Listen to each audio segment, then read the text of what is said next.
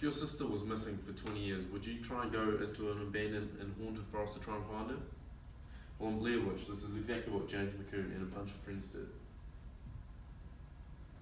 About this movie, some basic things. It was directed by Adam Wingard and it was released on the 16th of September 2016, so it's quite a recent movie. It's rated R because there's some terror and disturbing images, and the numbers are on opening weekend it made just under 10 million off a budget of around an estimate of 5 million.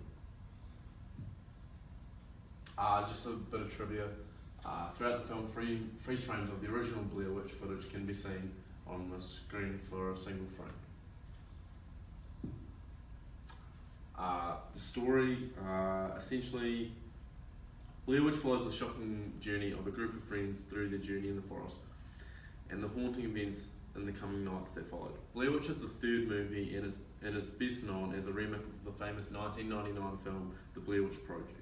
The movie is full of quick cuts, camera movement, darkness and sound that builds up to a whole lot of anticipation for the viewer. This anticipation can have you on the edge of your seat if you're a wimp like me, where your eyes close from the fear.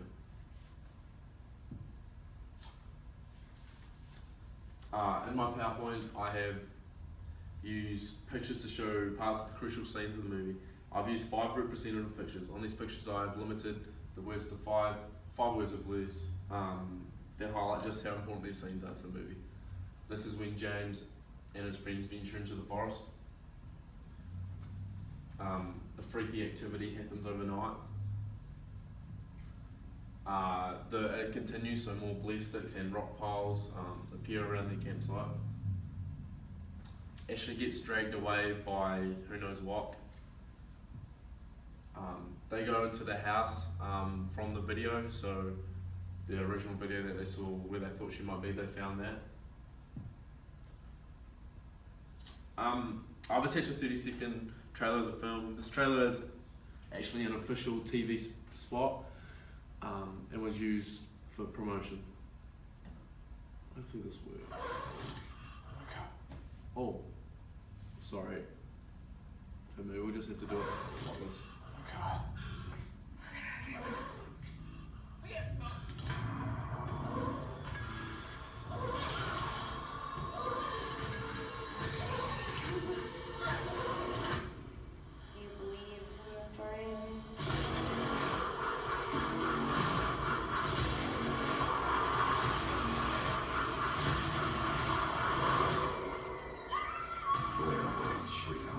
September 16.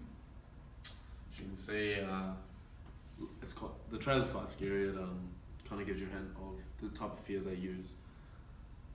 Oh.